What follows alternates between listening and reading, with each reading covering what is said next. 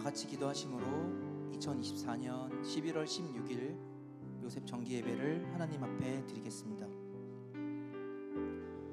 사랑과 은혜가 충만하신 하나님 아버지, 지난 한 주간 세상 가운데서 저희들을 구별시켜 주시고 지켜주심으로 하나님께 예배드리는 이 자리에 올 수 있도록 허락하여 주심을 진심으로 감사드립니다. 이 시간 곡조 있는 기도인 찬양을 통하여 아버지께 받은 은혜를 기억하고 감사드리는 시간 되게 하여 주시옵소서. 찬양 중에 거하시는 하나님을 만나는 은혜를 허락하여 주시옵소서. 저희가 아버지께 드리는 찬양이 오로지 아버지 한 분만 영광 받으시는 거룩한 예배의 시작이 되길 원합니다.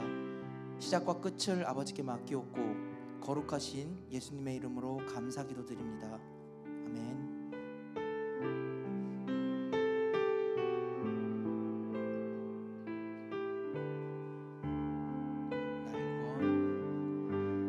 날 구원하신 주 감사, 모든 것 주심 감사. 지난 추억이 내 감사, 주 내 안에 계시네. 향기로운 봄철의 감사, 외로운 가을날 감사. 사라진 눈물도 감사. 가의 영혼 편안해. 응답하신 기도 감사. 거절하신 것 감사. 헤쳐나온 풍랑 감사. 오는 것 채우시네. 아픔과 기쁨도 감사. 절망 중 위로 감사. 증량 못할 은혜 감사. 크신 사랑 감사해. 길가에 장미꽃 감사. 가지가시도 감사. 따스한 사랑의 가정, 희망 주신 것 감사. 기쁨과 슬픔도 감사. 하늘 평안을 감사. 내일의 희망을 감사. 영원토록 다시 한번 1절 날 구원하신 날 구원하신 주 감사. 모든 것 주심 감사. 지난 추억이 내 감사. 주 내 안에 계시네. 향기로운 봄철의 감사. 외로운 가을날 감사.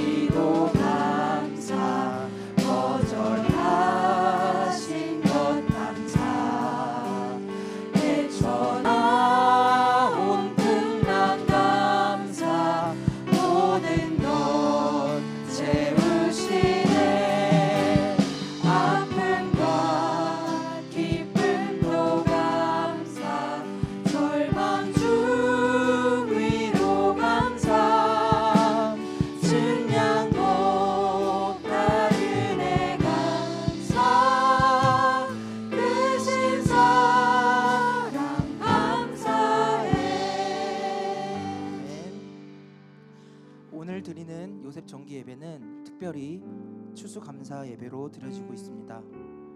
추수감사절은 은혜를 기억하고 감사하는 절기요, 나 혼자가 아닌 함께 나와 즐거움으로 참여하는 절기라고 말씀하셨습니다.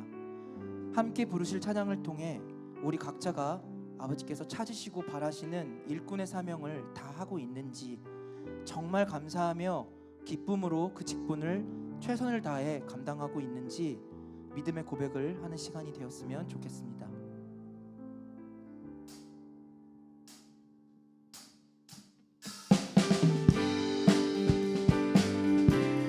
박수 치면서 찬양하겠습니다. 익은 곡식 거둘 자가 없는 이때에 누가 가서 거둘까? 내가 멋지게 흘러서 앉아 있을까? 어서 가자 밭으로 보내주소서, 보내주소서. 재단 숯불 내술에 대니 어찌 주저할까? 주여 나를 보내. 다시 한번 1절 찬송하겠습니다. 익은 곡식 거둘 자가 없는 이때에 누가 가서 거둘까? 내가 어찌게 흘러서 앉아 있을까? 어서 가자 밭으로 보내주소서,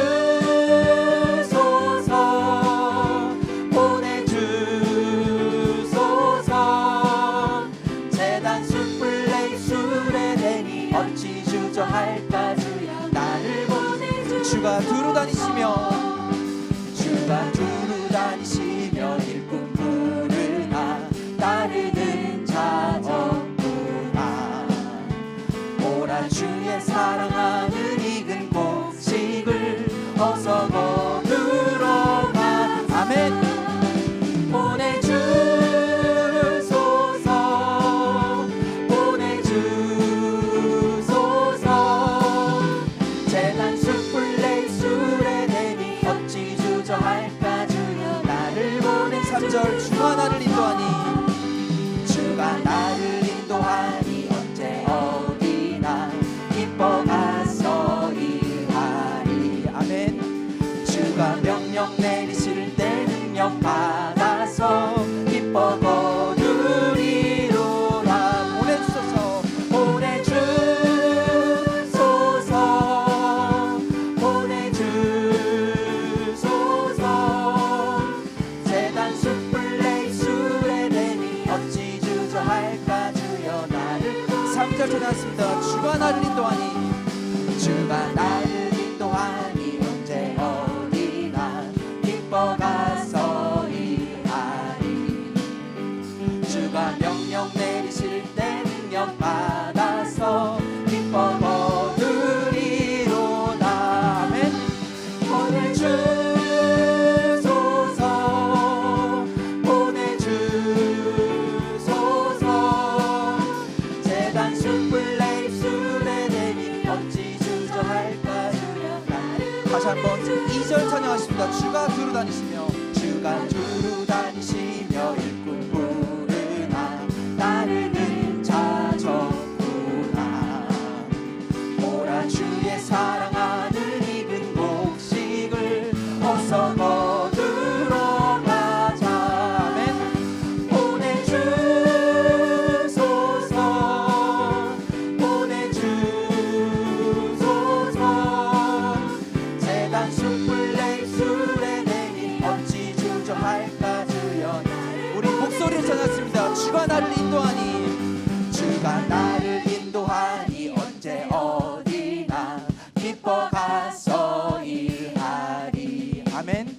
주가 명령 내리실 때 능력 받아서 기뻐 거두리로다. 보내주소서, 보내주소서. 재단 숯불 내술에 대니 어찌 주저할까? 주여 나를 보내주소서.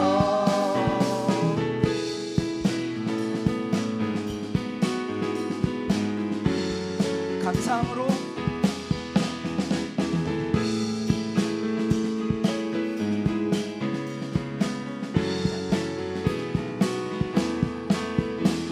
감사함으로 주를 높이며 그 문에 들어가서 찬송함으로 그 이름을 다시 한번 감사함으로 주를 높이며 그 문에 들어가서 찬송함으로 그 이름을 송축할지 여호와를 즐거이 불러 여호와를 즐거이 불러 기쁨으로 주께 나가리 여호와 하나님 난 주의 백성 기르시는 양이라 아멘.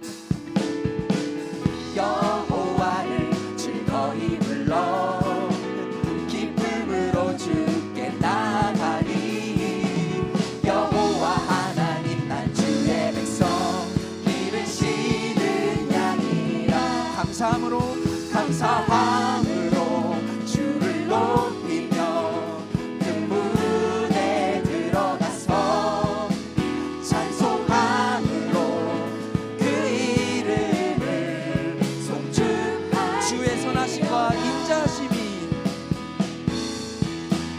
주의 선함과 인자하심이 영원하고 주의 성실하심이 대대에 미치리로다 주의 선함과 인자하심이 영원하고 아멘.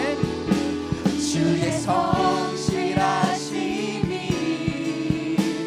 대대에 미치리로다 목소리로 감사함으로 주를 높이며 그 문에 들어가서 찬송함으로 그 이름을 정축할지어다 네, 감사함으로 주를 높이며 그 문에 들어가서 찬송함으로 그 이름을 마지막으로 감사함으로 주를 높이며 그 문에 들어가서 찬송함으로 그 이름을 송축할지어다 살아계신 하나님께 영광의 박수 올리겠습니다.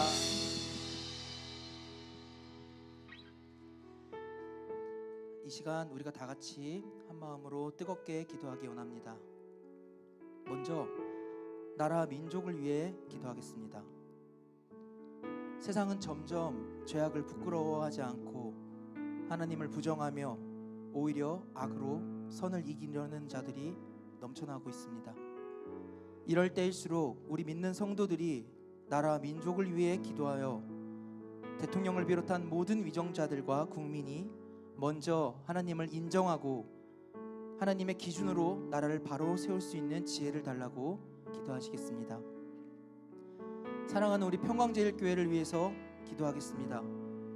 이전 박윤식 목사님께서 오직 말씀과 눈물의 기도로 세우신 우리 평강제일교회가 주신 말씀을 기억하며 말씀과 기도로 하나 되는 교회가 될 수 있도록 아버지의 말씀의 권위가 바로 서고 구속사 말씀 전파에 전심전력하는 교회가 될 수 있도록 기도하겠습니다. 다음은 사랑하는 우리 요셉 선교회를 위해 기도하겠습니다. 우리를 말씀으로 양육해 주시고 우리를 위해 아낌없는 기도와 사랑을 주시는 사랑하는 두 분의 교육자님 홍승희 목사님과 이영수 전사님을 위해 기도하겠습니다. 또한 우리 요셉 선교회가 우리 기관을 세우신 목적을 잊지 말고 말씀의 기준으로 바로 서서 우리의 예배가 온전히 회복되고 평강제일교회의 장자기관이요 허리 역할을 온전히 감당할 수 있는 기관이 될 수 있도록 기도하겠습니다. 마지막으로 각자 가지고 나오신 기도 제목을 놓고 기도하시겠습니다. 지금 이 순간 나의 숨이 붙어 있어 살아있고 거룩한 전에 나와 예배드리고 있는 이 자체가 큰 은혜임을 깨닫고 우리의 남은 생애를 하나님 아버지의 영광을 위해 살겠다는 믿음의 고백을 하는 우리 모두가 되기를 소원합니다.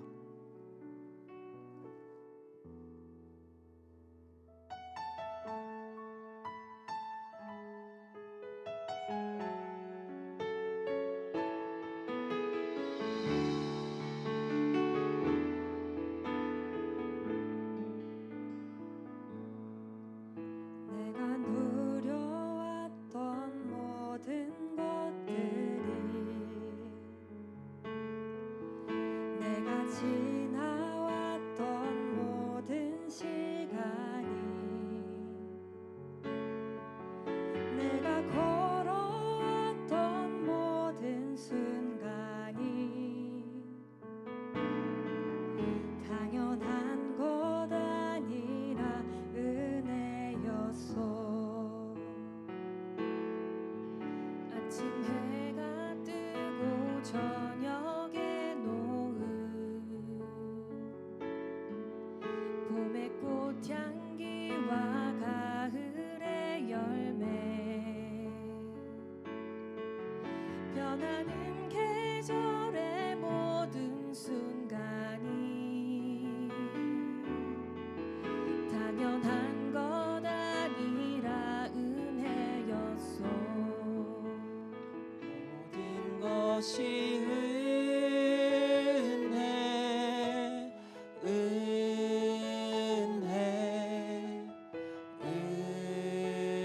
은혜, 한없는 은혜. 내 삶에 당연한 것 하나도 없었던 것을 모든 것이 은혜, 은혜였소.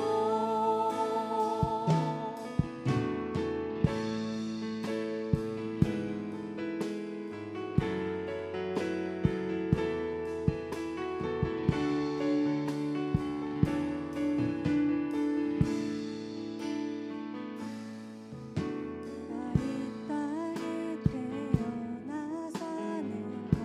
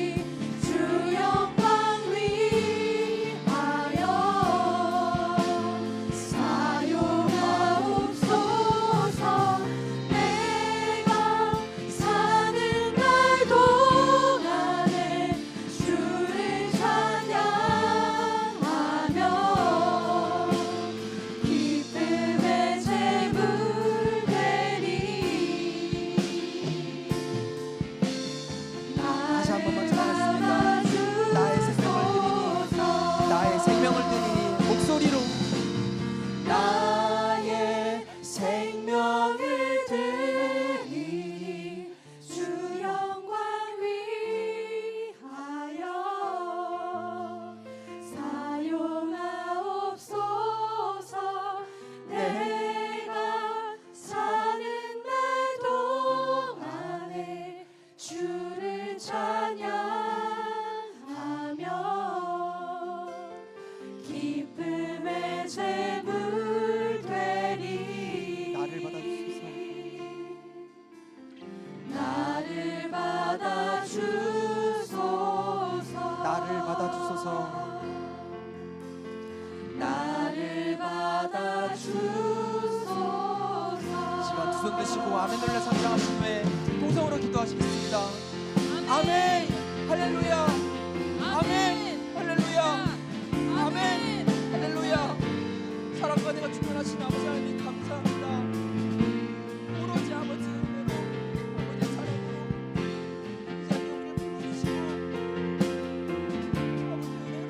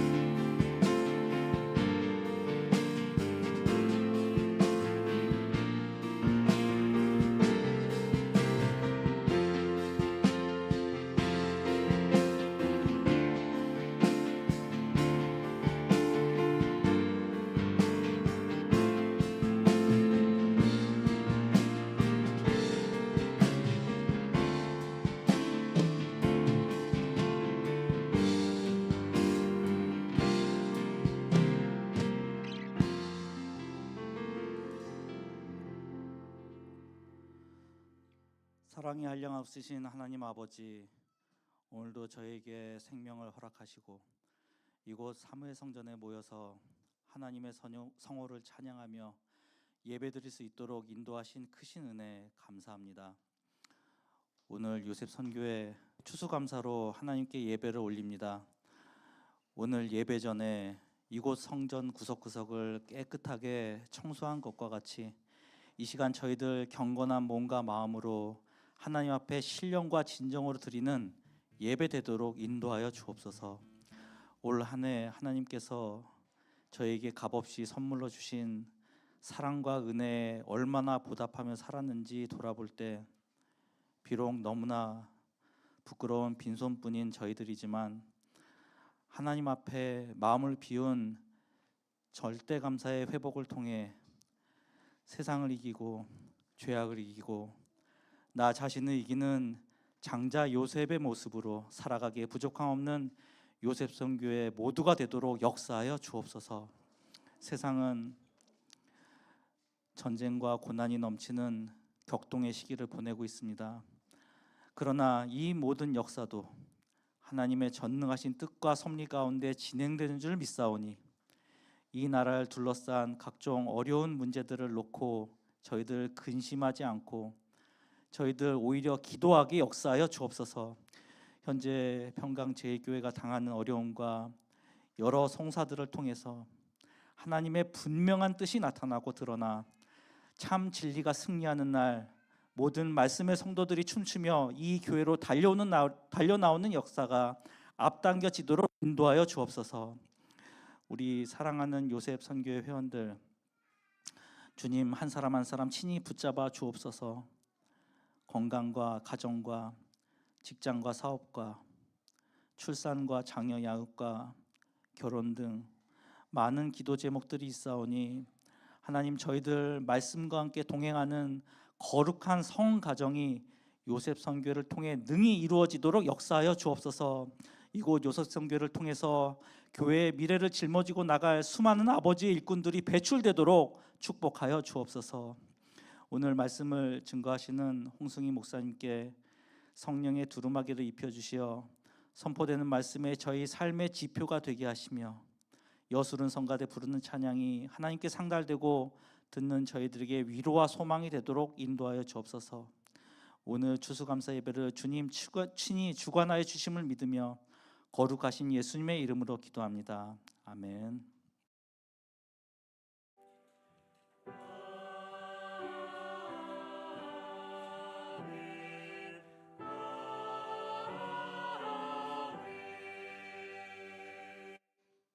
(2024년 11월 16일) 요셉 정기 예배를 하나님 앞에 드리시겠습니다. 오늘 은혜 나누실 성경 말씀은 누가복음 17장 11절에서 19절 말씀입니다. 제가 대신 봉독하겠습니다. 예수께서 예루살렘으로 가실 때에 사마리아와 갈릴리 사이로 지나가시다가 한 촌에 들어가시니 문둥병자 10명이 예수를 만나 멀리 서서 소리를 높여 가로되 예수 선생님이여 우리를 긍휼히 여기소서 하거늘 보시고 가라사대 가서 제사장들에게 너희 몸을 보이라 하셨더니 저희가 가다가 깨끗함을 받은지라. 그 중에 하나가 자기의 나은 것을 보고 큰 소리로 하나님께 영광을 돌리며 돌아와 예수의 발 아래 엎드려 살해하니 저는 사마리아인이라. 예수께서 대답하여 가라사대 10사람이 다 깨끗함을 받지 아니하였느냐? 그 9은 어디 있느냐? 이 이방인 외에는 하나님께 영광을 돌리러 온 자가 없느냐 하시고 그에게 이르시되 일어나 가라 내 믿음이 너를 구원하였느니라 하시더라. 이는 하나님의 말씀이니라. 아멘. 이어서 여술은 성가대의 찬양이 있겠습니다.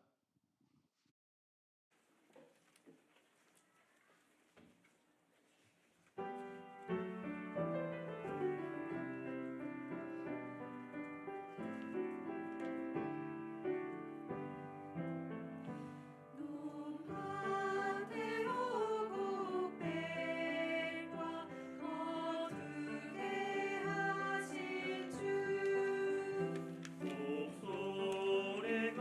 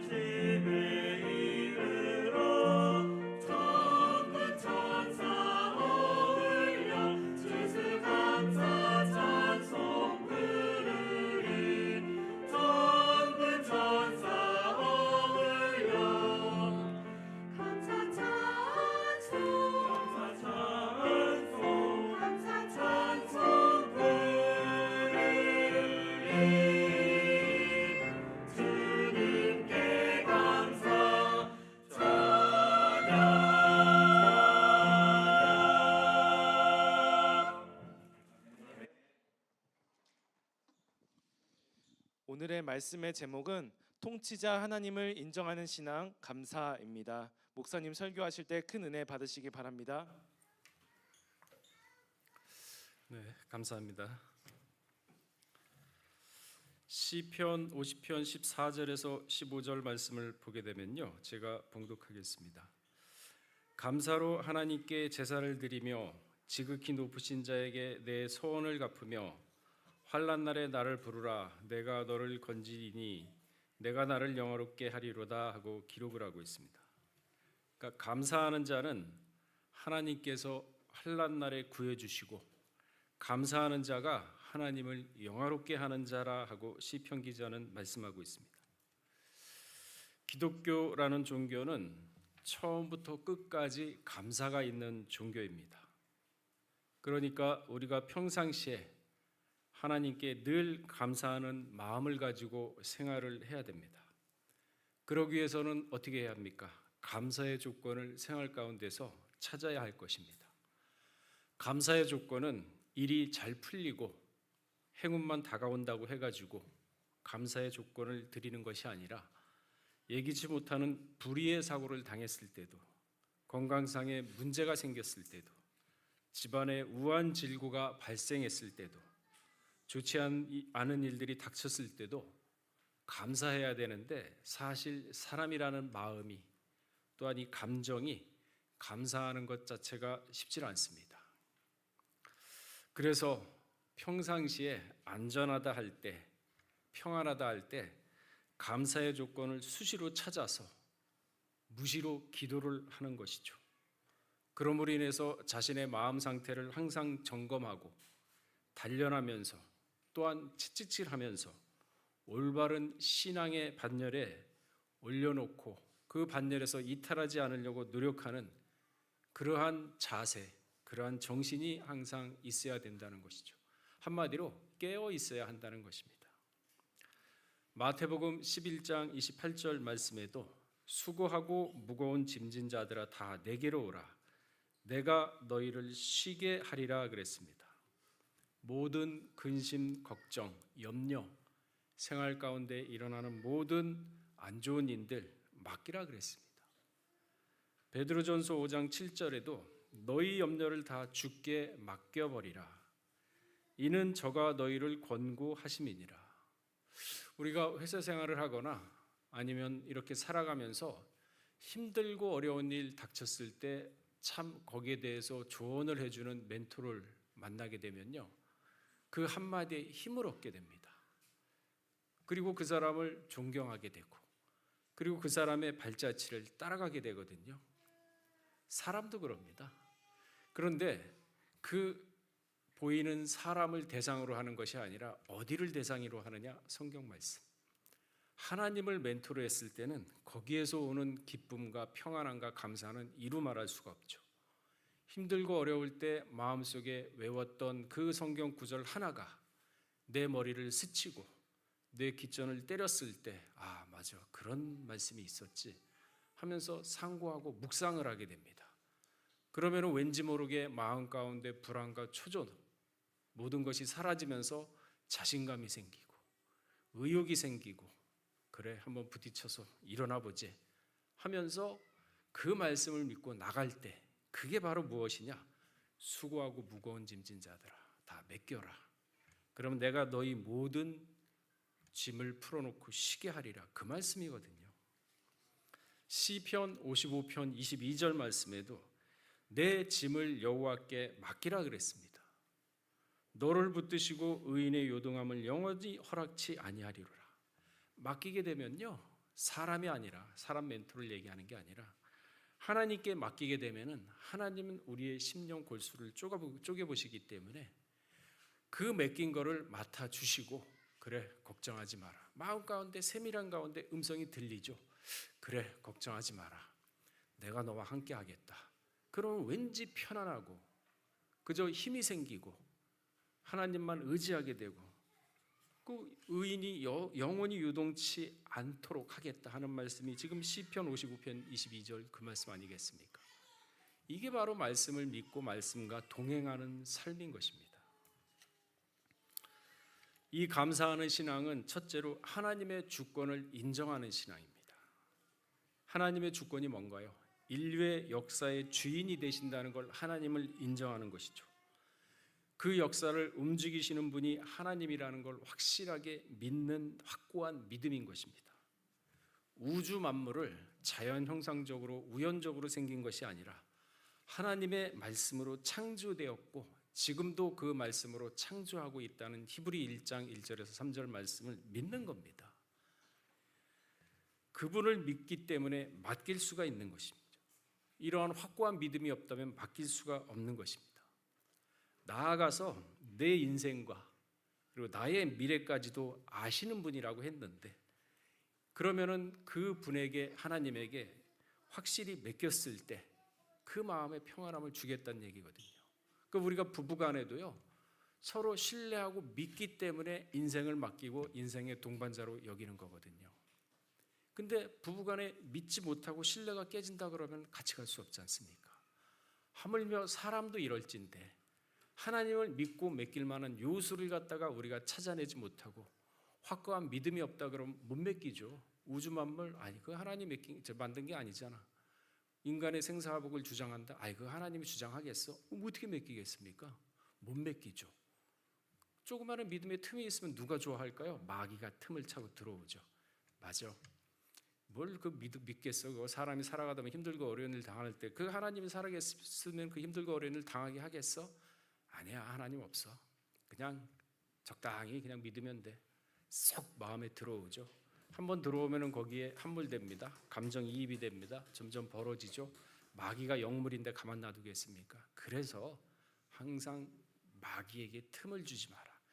생각의 속도를 조절하시고 생각에 틈을 주지 않도록 항상 깨어 있어야 된다는 얘기죠. 아사 왕이 하나님을 믿었을 때는 하나님이 분명히 아사 왕의 그 믿음을 보시고 나라를 강건하게 해주시고 집안도 부유케 해주시고 그리고 온 백성들이 아사 왕을 갖다가 아끼고 칭찬했던 그러한 올바른 왕이었습니다. 근데 이 사람의 틈을 보였어요. 이 아사 왕이 칭송을 받고 나라가 부강하고 평안하거든요. 그러니까 순간적으로 마음이 교만해졌습니다.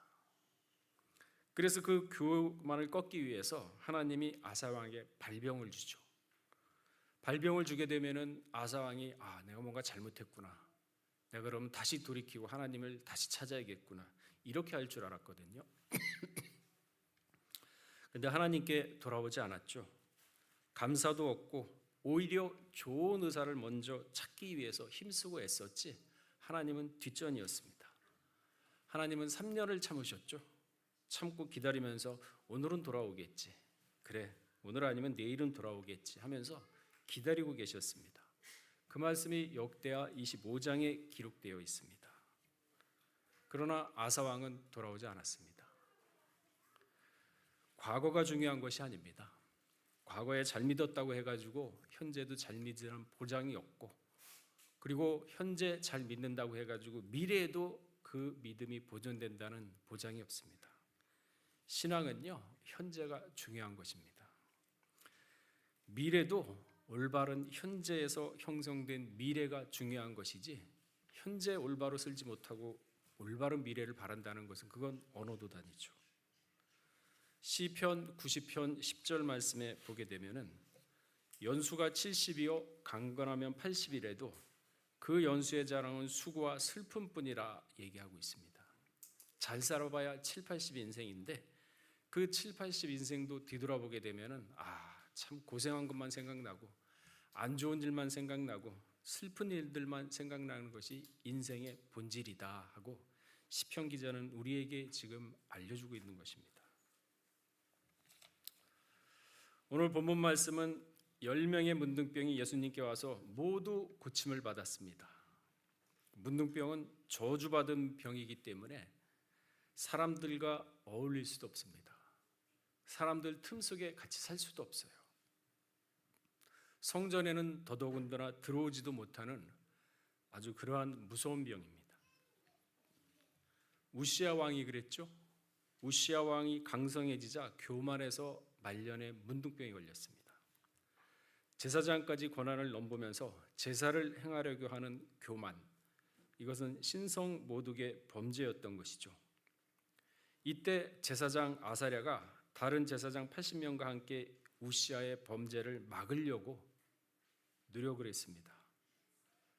이것은 무엇이냐? 하나님이 우시아를 돌이키기 위해서 제사장을 통해서 기회를 주신 겁니다.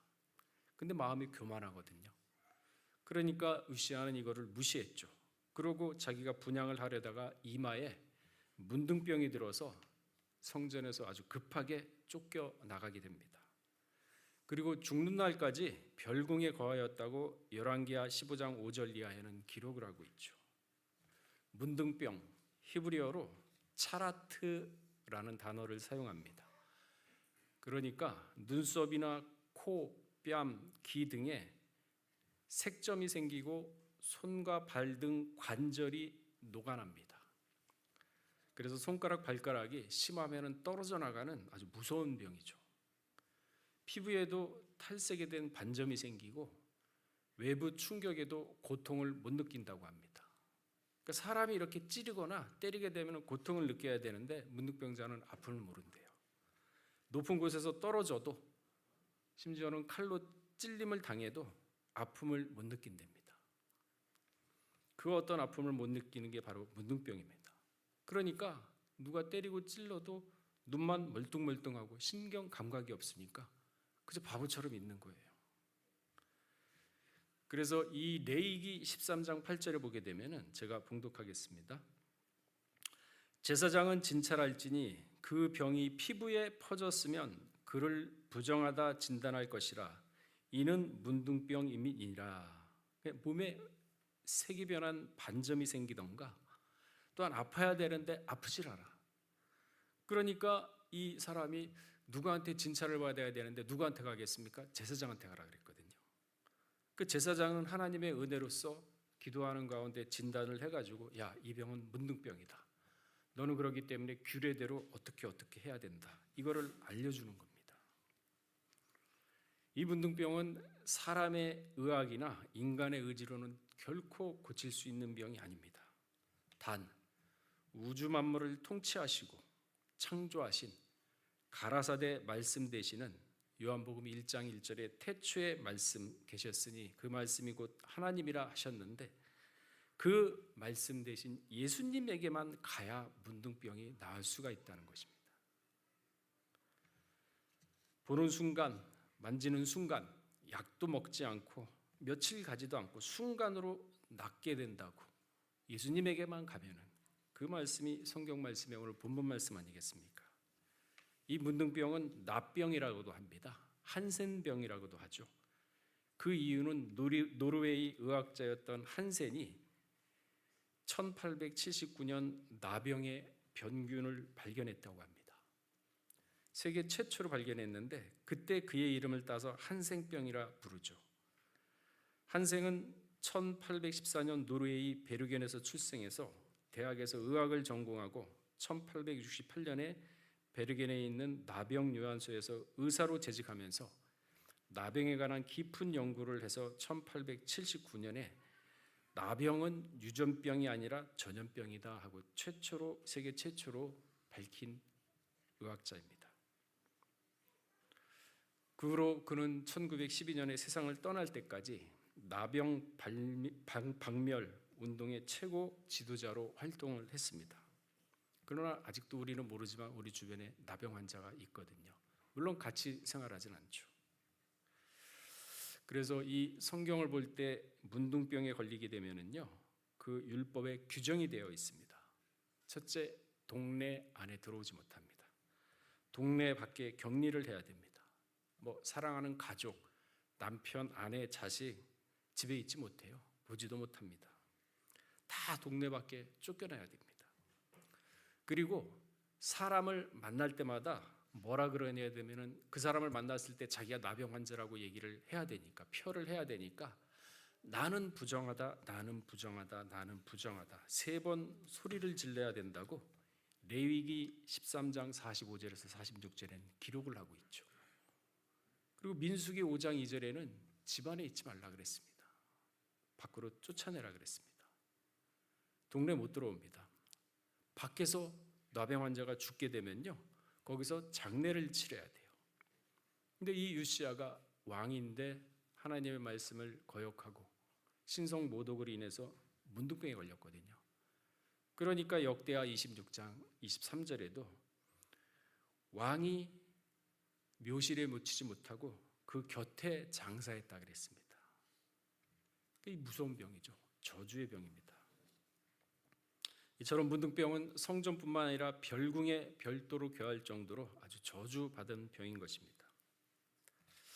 우리가 우시야를 통해서 한 가지 배울 것은 하나님의 뜻이 아니라는 것을 깨달았을 때는 설사 그게 어린아이의 지나가는 말일지라도 한번 듣고 생각하는 지혜가 있어야 될 것입니다. 그러니까 옛 속담에 그런 말도 있죠. 80살 먹은 어른이 3살 먹은 아이한테도 배울 게 있다. 무슨 얘기겠습니까? 이 사람은 마음이 열린 마음이어야 돼요. 열린 마음이라고 해가지고 뭐 이것저것 다 받아들여가지고 마음을 혼란스럽게 하라는 얘기가 아닙니다. 자기의 아집과 고집에 갇혀 있는 그 가치관을 좀 넓혀가지고 열려가지고 많은 사람을 얘기를 들으면서 참고할 수 있을 정도로 넉넉한 여유, 그게 있어야 됩니다. 이처럼 저주받은 병 문둥병의 고침을 받았음에도 불구하고 열의 9은 감사가 없었습니다. 보니까 예수님이 보니까 참 불쌍해요. 문둥병, 저거 저주받은 병이라 사람한테 오지도 못하고 사람 만나면 나는 부정하다고 얘기하면서, 그러면 그 사람이 뭐라 그러겠습니까? 손을 대면서 불쌍하다 그러겠습니까? 도망가죠. 피하고 뛰어서 도망가죠. 그러니 그 좌절감, 그 상실감 엄청나죠. 보는 사람마다 다 그런 얘기를 해야 되는 게 나는 부정하다. 그러니까 예수님이 봤을 땐 참 불쌍해요. 그래서 가서 네가 문둥병인지 아닌지는 제사장이 판단을 하게끔 율법에 정해졌어. 그러니까 너는 가서 제사장에게 보이라. 그러니까 그 말씀을 믿고 갔다 그랬거든요. 믿고 갔는데 낫습니다. 근데 9은 가다 보니까 이건 뭐 예수님이 우리한테 손도 안 댔잖아. 뭐 침을 뱉어가지고 진흙을 묻혀준 것도 아니잖아. 뭐 호흡하고 뭐 불어준 것도 아니잖아. 그냥 단순히 말만 한번 했는데 그냥 가다가 우리 난 거 아니야? 그 예수님 한 거 없네? 자연적으로 치유됐겠지. 그냥 가다가 나니까 그 길로 자기 갈 길을 갔어요. 근데 단 한 사람은 치유된 것이 이게 예수님의 말씀을 믿고 가고 그 은혜였다는 것을 알았습니다. 너무나도 기쁜 나머지 길가에서 막 소리 지르죠. 떠들고 나는 문둥병이 다 나았다. 그 기쁨이 얼마나 하겠습니까? 나 문둥병 걸린 사람이 다 나았어. 그 누구나 보기나 했습니까? 믿기나 했겠습니까? 근처에 가지도 않았을 텐데. 그 다시 돌아와 가지고 예수님께 감사하다고 엎드려 절을 했습니다. 그때 예수님이 뭐라 그랬습니까? 누가복음 17장 17절에 대답하여 가라사대 10사람이 다 깨끗함을 받지 아니하였느냐? 그 9은 어디 있느냐? 예수님이 갔을 때 이 사람들이 길 노중에 있는데 거기 갔다 나와 봤겠습니까? 10사람이 깨끗이 입었다는 걸 어떻게 알겠어요? 가면서 믿고 가면서 그 능력의 말씀으로 고쳐졌다는 사실을 예수님이 알았거든요. 그러니까 보지도 않고 한 사람 보고서 나머지 9은 어디 갔냐? 그걸 지금 묻는 거거든요. 그 예수님 마음이 얼마나 섭섭하겠습니까? 그러면서 뭐라 그랬어요? 그 한 사람에게 가라. 내 믿음이 너를 구원하였다. 그렇구나. 믿음이 병을 구원했구나. 말씀을 믿었더니 병이 구원이 되는구나. 이걸 우리가 캐치를 해야죠. 문둥병을 고침받을 수 있었던 원인은 바로 믿음이었던 것입니다. 예수님이 하신 말씀을 믿었던 그 믿음이었던 것이죠. 이들이 왔을 때 아무런 조치도 없이 그저 제사장에 가서 몸을 보이라고 말만 했는데 10명 모두가 이 말씀을 믿고 가다가 병이 나음을 입은 것입니다. 갈 때는 믿었죠.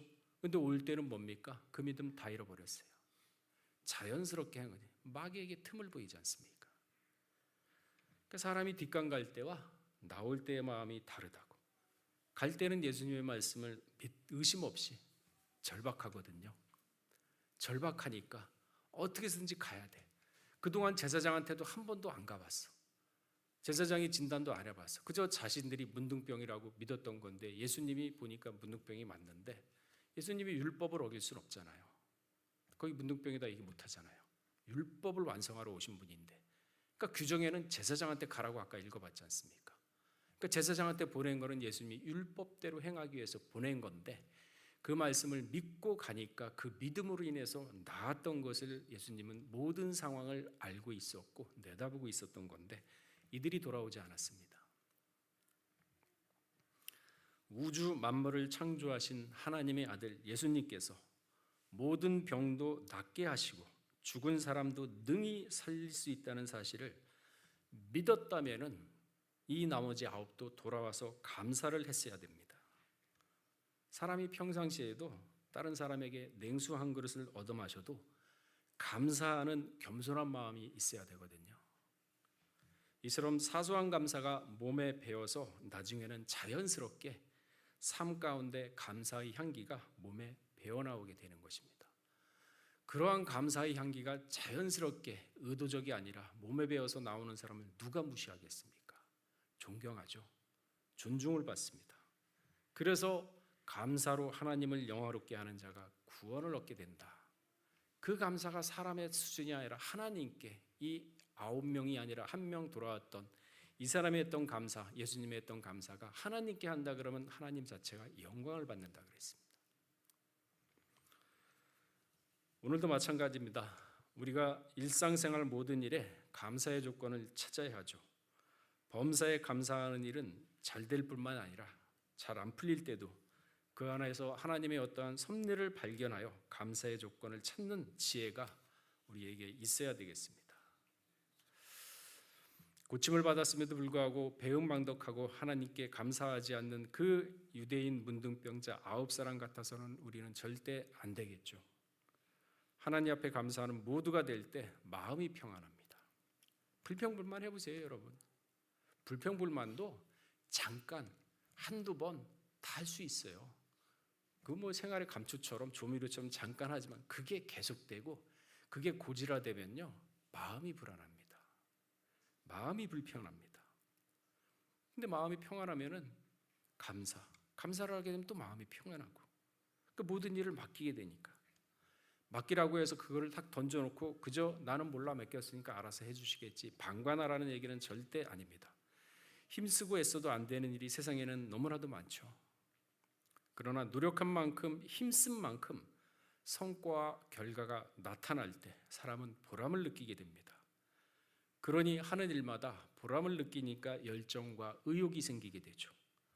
열정과 의욕이 생기면서 도전정신이 생기고 그러면서 또 더 큰 일을 닥치게 되면 그 일을 갖다가 도전하려는 대범함이 생깁니다. 뭐냐? 마음이 넓어져요. 그릇이 넓어집니다. 사람이. 환난을 통해서 사람이 점점 그릇이 넓어지게 되는 거죠. 대범한 마음을 갖게 해주시죠. 그러면서 일을 헤쳐나갈 수 있는 능력이 생깁니다. 능력을 발견하게 됩니다. 능력을 갈고 닦게 되죠. 그러면서 그 시야와 역량이 넓어지게 되니까 다른 사람이 보더라도 더 큰 일을 맡기게 되고 더 크게 쓰임을 받게 되는 거죠. 그래서 작은 일에 충성하는 자가 큰 일에도 충성할 수 있다라는 성경 말씀이 만고의 진리인 것입니다. 그렇게 되면은 물질도 자연스럽게 들어오게 됩니다. 물질을 쫓아가는 것이 아니라 그러한 능력을 발휘하게 되고 그러한 열정으로 일하게 되면 물질도 들어오게 돼요. 자손반대 가정에 근심이 없는 재물이 들어오게 되죠. 걱정 없는 재물이 들어오게 됩니다. 제가 어저께인가 이재명 그 판결 나는 거 보고 참 그 한 사람이 많은 죄를 지었구나. 뭐를 사칭하고 대장동 뭐 어디 뭐 선거 거짓 위증 그러면서 돈은 수천억을 갖다가 모았는데 그거를 가지고 있었을 때는 이렇게 드러나기 전에는 세상 편했겠죠. 이 돈 어떻게 다 쓰냐. 자손반대해도 이건 하루에 그냥 5천만 원씩 써도 평생 써도 못 쓸 돈이다. 이자가 붙으니까 복리이자하면 더 붙어요. 그러니까 그런 생각 안 했습니까? 그러나 하나님을 몰랐던 거예요. 반드시 그 죄는요 다 드러나게 돼 있습니다. 그 평범한 진리를 이 믿지 않는 사람들은 몰라요. 그러니까 사기치고 내 가족만 잘 먹고 잘 살면 된다 하면서 그렇게 남의 피땀 흘린 재산을 갖다가 자기 주머니에 다 놓죠. 그때는 잘 살 것 같죠. 그 잠언서에 뭐라고 그랬습니까? 악인의 형통함은 죄라 그랬어요. 그런 악인과 같이 있으려고 마음도 먹지 말라 그랬습니다. 왜? 이 인간의 생사화복이라고 우리가 기도할 때 얘기하잖아요. 믿지 않는 사람 포함해가지고 그 생사화복, 행한 모든 일을 하나님은 그대로 갚으십니다. 믿는 사람뿐만 아니라 믿지 않는 사람도 그대로 갚아요. 제가 어저께 그 판결 나는 거 보고 야 역시 그대로 갚으시는구나. 그러니까 참 죄짓고 살면은 되는 일이 없다. 그러니까 내 이마에 피땀 흘리고 내가 노력해가지고 불법이 아닌 상태에서 최선을 다해가지고 열심을 다해서 버는 돈, 그 돈 가지고 내 가족이 먹고 사는 게 가장 아름답고 가장 맛있는 밥이구나. 그 사람은 정직하게 사람이 창조했는데 꾀를 부렸다 그랬어요. 자, 다시 돌아와서 문둥병 걸린 사람 때 하나님이 뭐라고 했느냐? 성문 밖에 제사장한테 조사한 다음에 문둥병이다 확인되면 못 들어오죠. 그래서 하나님은 정결한 2마리의 새를 준비하라 그랬습니다. 그리고 1마리 새는 잡아서 피를 받고 나머지 1마리는 첫째 백항목, 그리고 우슬초, 다음에 홍색실, 이 함께 피를 찍어가지고 문둥병 이마에 손등에 7번 뿌려 그 다음에 선포를 합니다. 내가 깨끗해졌다. 그 말씀이 레위기 14장 4절에서 7절에 기록하고 있죠. 아니 그런데 왜 문둥병 환자한테 이 사람의 말에 뜻이 없습니까? 하나님이 말씀하신 뜻이 없겠습니까? 백향목, 우슬초, 홍색실, 그리고 새 2마리 중에 1마리의 피를 흘려가지고 그 피를 이 3가지로 찍어가지고 이마에 바치고 깨끗해졌다 하면 낫는다. 백향목, 왜 그럴까요? 왜 백향목일까요? 열왕기상 5장 6절에서 7절에 보게 되면 성전을 백향목으로 지었습니다. 백향목은 향기가 나는 나무입니다. 썩질 않습니다. 산 꼭대기, 산 위에서 건조한 곳에서 자라는 나무가 백향목인데 그 높이가 무려 26m나 됩니다. 그 둘레는 8m, 엄청나게 큰 나무가 백향목입니다. 예수님이 지신 십자가가 바로 이 향기 나는 백향목으로 대신했던 것입니다. 인류의 죄를 사하는 십자가가 냄새나는 나무가 아니라 향기가 나는 백향목이었던 것입니다. 사람은 죽으면 썩은 냄새, 악취가 나지만 예수님의 십자가는 생명의 향기를 상징하고 있는 게 백향목인 것입니다. 고린도서 2장 14절 말씀에도 각 처에서 그리스도를 아는 향기를 나타내며 감사한다 그랬습니다. 그리스도의 향기, 백향목. 어떤 사람에게는 사망의 썩은 냄새가 나지만 예수님의 십자가 보혈은 생명의 향기를 내뿜습니다. 또한 우슬초라 그랬는데 우슬초는 부정한 자를 정결할 때 쓰이는 초로서 예수 그리스도의 속죄를 상징하고 있습니다. 민수기 19장 18절에 그 말씀이 기록되어 있죠. 시편 51편 7절에도 기록하고 있습니다. 우슬초로 나를 정결케 하소서. 내가 정하리이다. 나를 씻기소서. 내가 눈보다 희리이다. 우리가 또한 매우 중요한 것을 표시할 때는 빨간색으로 표시를 하죠. 홍색 실로. 여행 갈 때 짐이 많아요. 그럼 내 짐이 섞이지 않기 위해서 빨간 것, 나만 볼 수 있는 색으로 묶어서 표시를 합니다. 홍색 실로 표시를 합니다. 나의 속죄와 생명의 은혜를 상징하는 게 홍색 실입니다. 그러니까 이 3가지를 찍어서 문둥병 이마에 바르라 이거죠.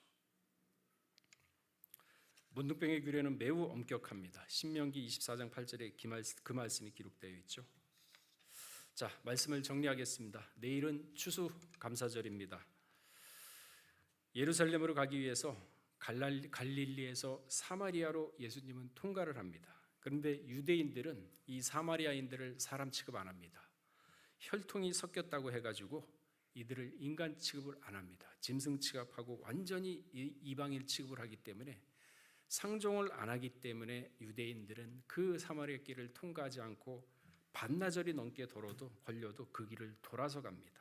그 말씀이 요한복음 4장 9절에 있거든요. 그러나 예수님은 개의치 않습니다.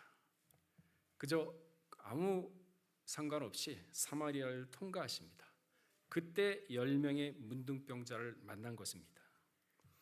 그 10사람 문둥병자 환자가 다 나음을 입었음에도 이들은 살아가면서도 문둥병이 아니어도 정상적인 사람이라 하더라도 유대인으로부터 사람 취급을 못 받는 인간 이하의 짐승이 취급을 받는 그러한 존재들임에도 불구하고 하나님의 은혜, 예수님이 받은 은혜를 생각하지 않고 돌아오지 않았습니다. 10사람이 다 깨끗함을 받았는데 그 중에 단 한 사람만이 하나님의 은혜를 기억을 했죠.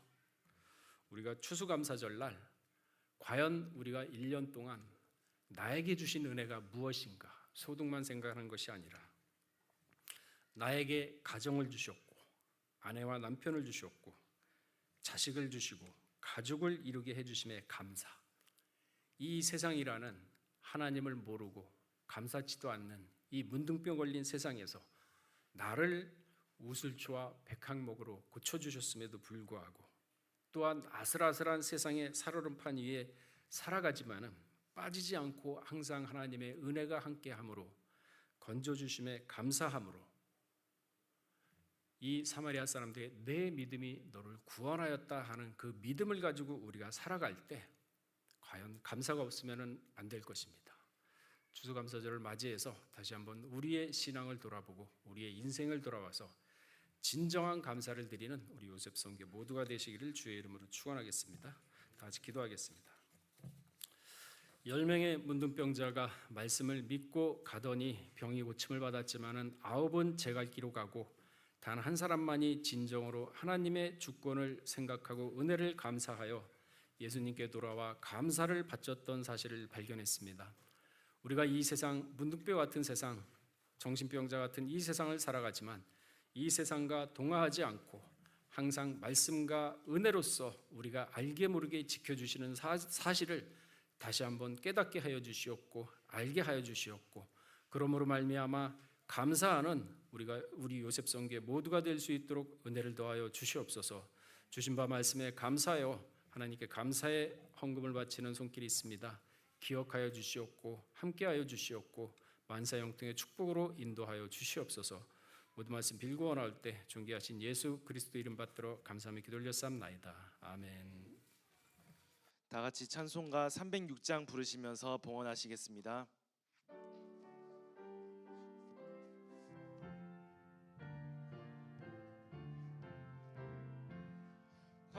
감사하는 성도여 추수 찬송 부르세 주 겨울 오기 전 염려 없게 걷었네 하나님이 우리에게 일용 양식 주시니 주의 전에 모여서 추수 찬송 부르세 이 세상은 밭이요 주는 씨를 뿌리네 좋은 곡식 싹날 때 가라지도 나도다 싹과 잎이 자라서 열매 맺게 되나니 우리들은 온전한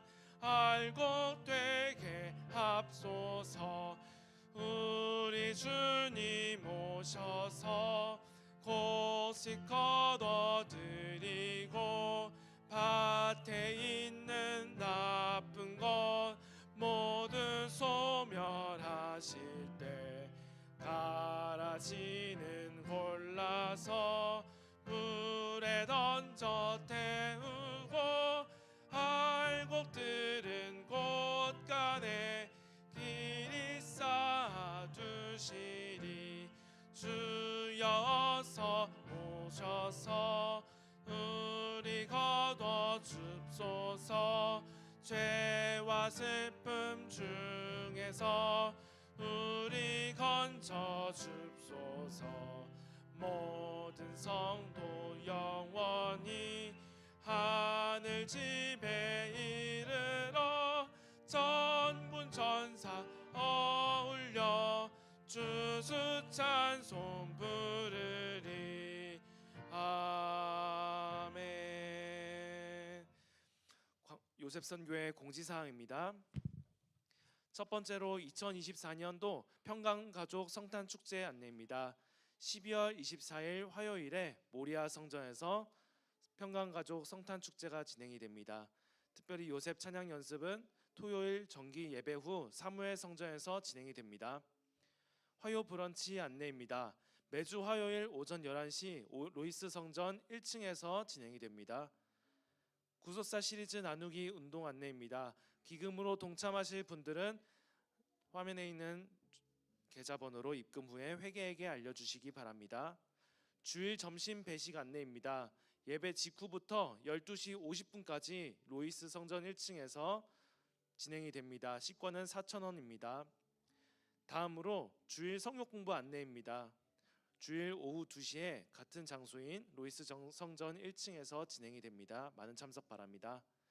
2025년도 11조 봉투 신청 안내입니다.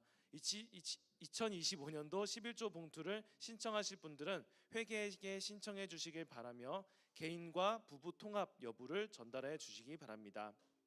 다음으로 11월 청소 담당입니다. 사무엘 성전은 토요일 정기 예배 후에 87도래, 88도래께서 진행해 주시겠습니다. 로이스 성전은 토요일 정기 예배 후 김남주, 박성희, 김경신, 광민지, 요셉께서 진행해 주시겠습니다. 화장실 청소는 강희안, 이정준, 권민지, 이은진, 요셉께서 진행해 주시길 바랍니다. 추가로 절기감사 예물은 요셉 정기 예배 시 드려주시길 바랍니다. 추가 광고 없으시면 다 같이 송영찬송 6장 부르시고 목사님 축도로 모든 예배를 마치겠습니다.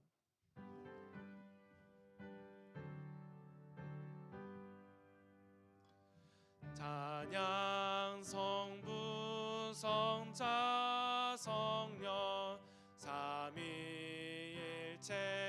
신께 영세 무궁하기까지 영광을 돌리세.